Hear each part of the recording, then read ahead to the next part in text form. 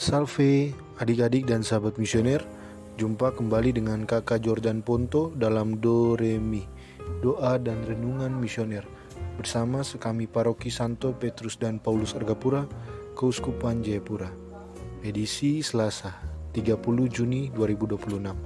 Bacaan Injil hari ini diambil dari Injil Matius pasal 8 ayat 23 sampai dengan 27.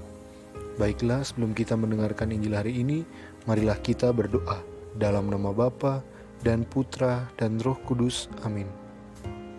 Bapa yang baik, terima kasih karena kami Engkau perbolehkan menikmati berkat-Mu di hari ini.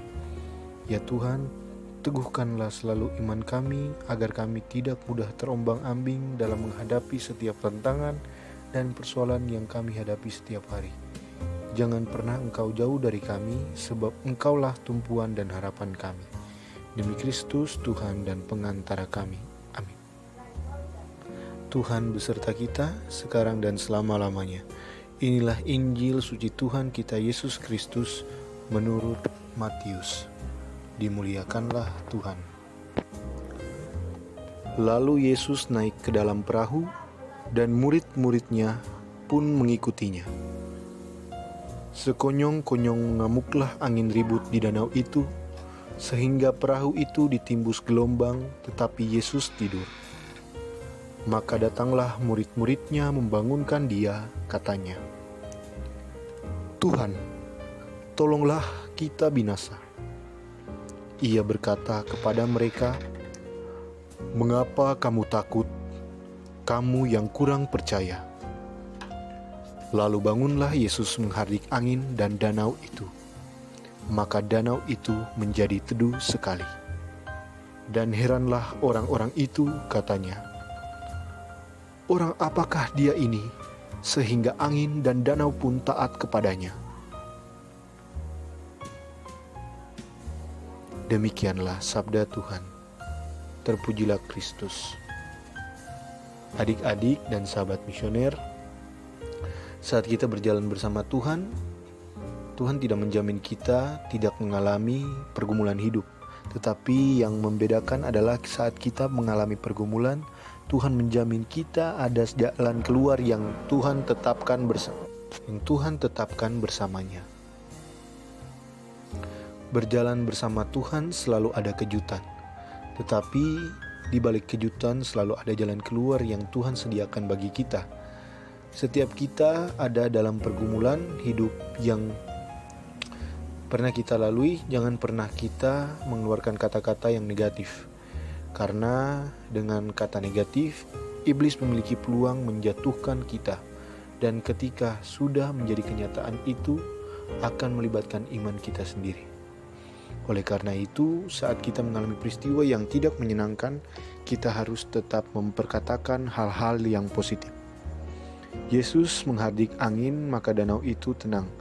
Artinya, saat Tuhan Yesus menyelesaikan pergumulan hidup yang kita lalui tidak akan setengah-setengah, yang Tuhan membuatnya menjadi indah, tetapi Tuhan akan menyelesaikannya sampai tuntas. Karena Tuhan pasti melakukan sesuatu yang besar bagi hidup kita. Selama murid-murid mengikuti Yesus, murid-muridnya sudah mengalami dan melihat mujizat yang Yesus lakukan. Namun, murid-muridnya masih mengintip, siapakah Yesus ini sebenarnya? Terkadang saat kita mengalami pergumulan hidup, seiring muncul keraguan akan pertolongan Tuhan dan diikuti dengan kata-kata yang negatif. Kita jangan pernah menganggap Tuhan itu tidak mengetahui permasalahan yang kita alami. Ingat, Tuhan lebih mengetahui setiap pergumulan dan masalah yang kita hadapi. Oleh karena itu, jangan pernah kita mengucapkan kata-kata negatif selama kita melewati pergumulan dan tantangan hidup.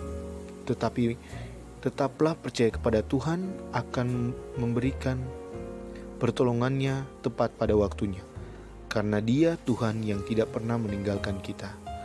Adik-adik dan sahabat misioner, Tuhan mengajarkan kepada kita bahwa melalui permasalahan hidup dan pergumulan yang kita alami dapat membuat kita memiliki kualitas rohani yang lebih baik. Amin. Marilah kita berdoa bersama-sama doa anak misioner. Tuhan Yesus, Engkau diutus Bapa menjadi berkat bagi dunia dan menjadi juru selamat bagi manusia. Utuslah kami anak-anak dan remaja misioner di Indonesia untuk menjadi sahabat yang kuat bagi yang lemah, sahabat yang rela berkorban bagi yang menderita payah, sahabat penghibur bagi yang sakit dan gelisah.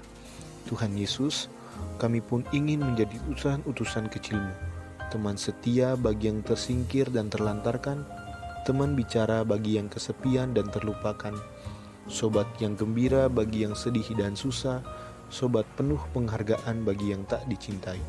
Tuhan Yesus, utuslah kami ini dengan bantuan Roh Kudus-Mu menjadi garam dan ragi yang baik, menjadi terang dan obor cemerlang.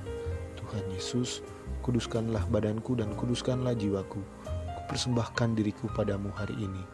Berkatilah semua anak dimanapun, berkatilah semua orang yang kami jumpai, siapapun mereka. Amin. Marilah kita satukan dengan doa yang diajarkan Tuhan pada kita. Bapa kami yang ada di surga, dimuliakanlah nama-Mu, datanglah kerajaan-Mu, jadilah kehendak-Mu di atas bumi seperti di dalam surga. Berilah kami rezeki pada hari ini dan ampunilah kesalahan kami, seperti kami pun mengampuni yang bersalah kepada kami. Dan janganlah masukkan kami ke dalam pencobaan, tetapi bebaskanlah kami dari yang jahat. Amin. Bunda Maria, bantulah kami dengan doa-Mu. Salam Maria, penuh rahmat Tuhan sertamu, terpujilah engkau di antara wanita, dan terpujilah buah tubuhmu Yesus. Santa Maria, Bunda Allah, doakanlah kami yang berdosa ini sekarang dan waktu kami mati. Amin. Kemuliaan kepada Bapa dan Putra dan Roh Kudus, seperti pada permulaan, sekarang, selalu, dan sepanjang segala abad. Amin.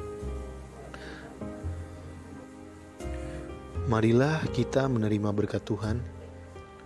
Semoga kita semua selalu dibimbing, dilindungi, dan diberkati oleh Allah yang Maha Kuasa, dalam nama Bapa dan Putra dan Roh Kudus. Amin. Sampai berjumpa di Doremi selanjutnya.